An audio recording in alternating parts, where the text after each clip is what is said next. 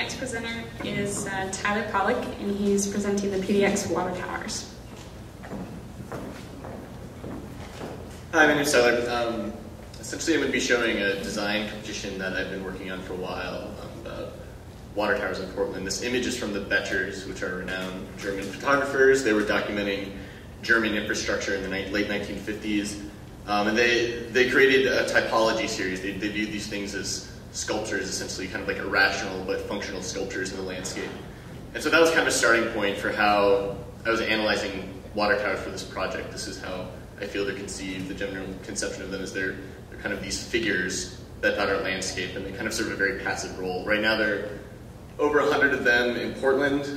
They vary in size, they vary in age. Some of them are remarkably old, and some of them are incredibly large. And a lot of them are taken for granted and tried to be obscured with trees. And so I was trying to think of ways that, for this competition, the goal was to reintegrate these into the urban fabric in a way that was more successful and more engaging. And so I immediately thought about what was inside of these things. Our relationship with them is so external. And so I imagined, this is what I found interesting about them, was this rarely seen interior experience of like what it meant to be inside of these. And I imagine that maybe an appreciation of these ubiquitous structures could come by unveiling the mysterious innards of the water tower and what that meant.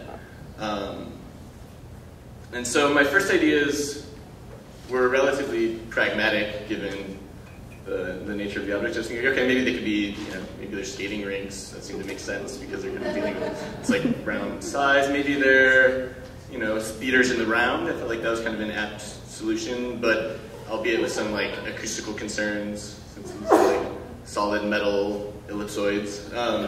Maybe it's a small kind of like panoptic prison, or kind of like a tiny chapel in the spirit of maybe Zumthor's St. Benedict's. And so I started to imagine, well, okay, that's not really as radical as Portland is, I think. And so I turned towards, in foreign countries, these practices of these sex hotels. They're kind of themed. You rent them by the hour.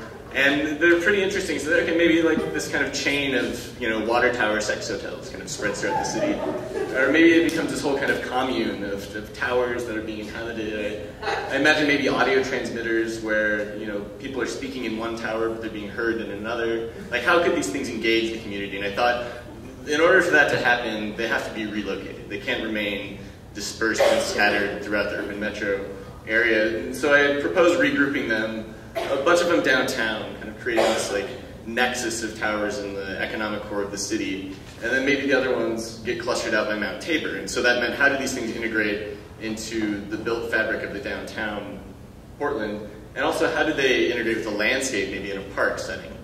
And with the landscape proposal, I became interested in this reversal of the relationship with the water tower. No longer are they figures in a ground, they're becoming habitable voids. And so I was interested in how these things could maybe function. So okay, I looked at the Cascade Mountains, which are essentially a water tower in their own right. And so maybe these water towers get piled together and buried in the mountain that then supplants them.